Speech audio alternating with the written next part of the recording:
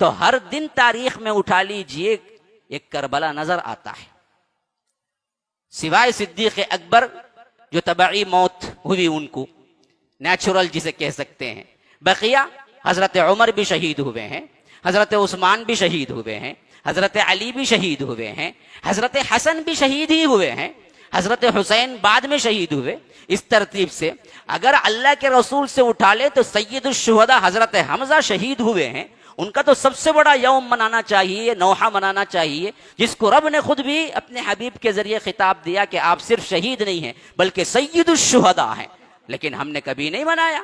اور اسی طرح بدری صحابی اٹھا لیجئے، یہ بات تو متفق علیہ ہے کہ بدر میں 14 صحابہ شہید ہوئے، 14 صحابہ کا قوم یوم شہادت مناتا ہے، جو بدری ہیں، بدری معمولی صحابی نہیں ہیں۔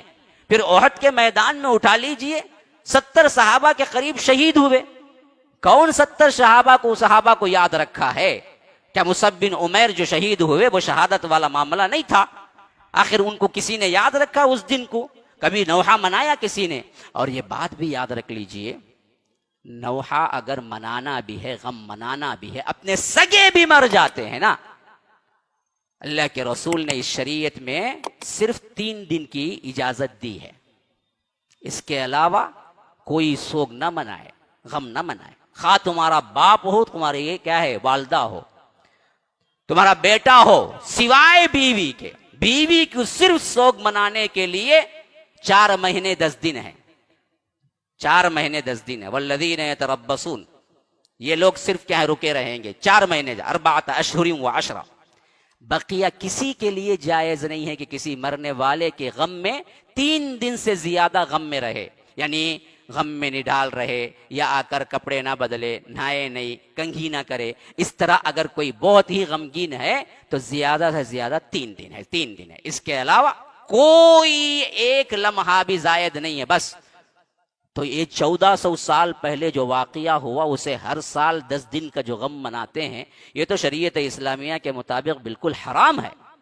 تو اس طرح کے خرافات میں مت پڑیے، اور بازاری افسانوی انداز میں کربلا کے واقعے جو سناتے ہیں نا جی ان دنوں، خاص کر اب تو کیا ہے محفلیں نہیں ہیں لیکن یوٹیوب میں بڑا شور و غور ہوتا ہے، بڑا شور و غل ہوتا ہے، بڑے بڑے بیانات زبردست ہوتے ہیں۔ یاد رکھیے خرافات بکواس ہیں، ان کو سننا ہی نہیں چاہیے۔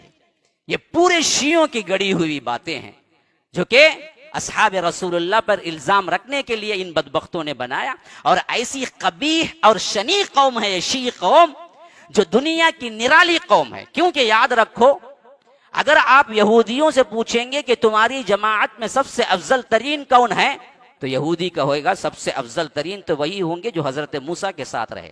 حق ہے نا بھائی؟ اس گروہ کے اندر سب سے افضل ترین کون ہوگا؟ وہی ہوگا نا جو نبی کے ساتھ رہا۔ تو اگر آپ یہودی سے پوچھیں گے تمہاری جماعت میں سب سے افضل ترین کون ہے، تو یہودی کہے گا کہ موسیٰ کے ساتھ جو صحابہ تھے، موسیٰ کے ساتھ جو لوگ تھے وہ ہماری قوم کے سب سے افضل ترین افراد ہیں۔ اور عیسائیوں سے پوچھیں گے کہ تمہارے افضل ترین اشخاص کون ہیں، تو وہ کہیں گے کہ عیسیٰ کے ساتھ جو حواریین تھے وہ ہماری قوم کے سب سے افضل ترین افراد تھے۔ اور بدبخت دنیا کی ایک ہی واحد ترین قبیح اور شنیع قوم ہے شیعی قوم، جو بدبخت کہتی ہے کہ اللہ کے رسول صلی اللہ علیہ وسلم کے صحابہ سب سے بدترین لوگ تھے۔ ہم کو پوچھا جائے تو ہم یہی کہیں گے کہ ہماری قوم میں سب سے بہترین قوم کون ہے، تو وہ اصحاب رسول اللہ صلی اللہ علیہ وسلم ہیں۔ لیکن یہ بدبخت ہیں جو کہتے ہیں کہ سب سے بدترین قوم کون ہے، وہ اللہ کے رسول کے صحابہ ہیں، اور ان میں بدترین کون ہے، ابو بکر و عمر ہیں۔ لا حول ولا قوت الا باللہ۔ اما عائشہ کو کہتے ہیں کہ یہ جہنم میں جانے والی ہے، ابو بکر صدیق اور حضرت عمر کو غاصب کہتے ہیں، اور ان کی قبر پہ کبھی موقع ملا تو تھوکنے سے بھی ذریع نہیں کرتے ہیں بدبخت۔ یہ ہے وہ عداوت۔ اس واسطے یہ ہرگز نہ سمجھیے کہ حنفی، شافعی، مالکی، حنبلی کی طرح شیعہ بھی ایک فرقہ ہے، ہرگز نہیں ہے۔ یہ فرقے ہیں لیکن شیعہ الگ مذہب ہے، کافر مذہب ہے، فرقہ نہیں ہے وہ۔ بعض لوگ اسے کہتے ہیں فرقہ ہے، فرقہ نہیں ہے وہ تو پورا مذہب ہے۔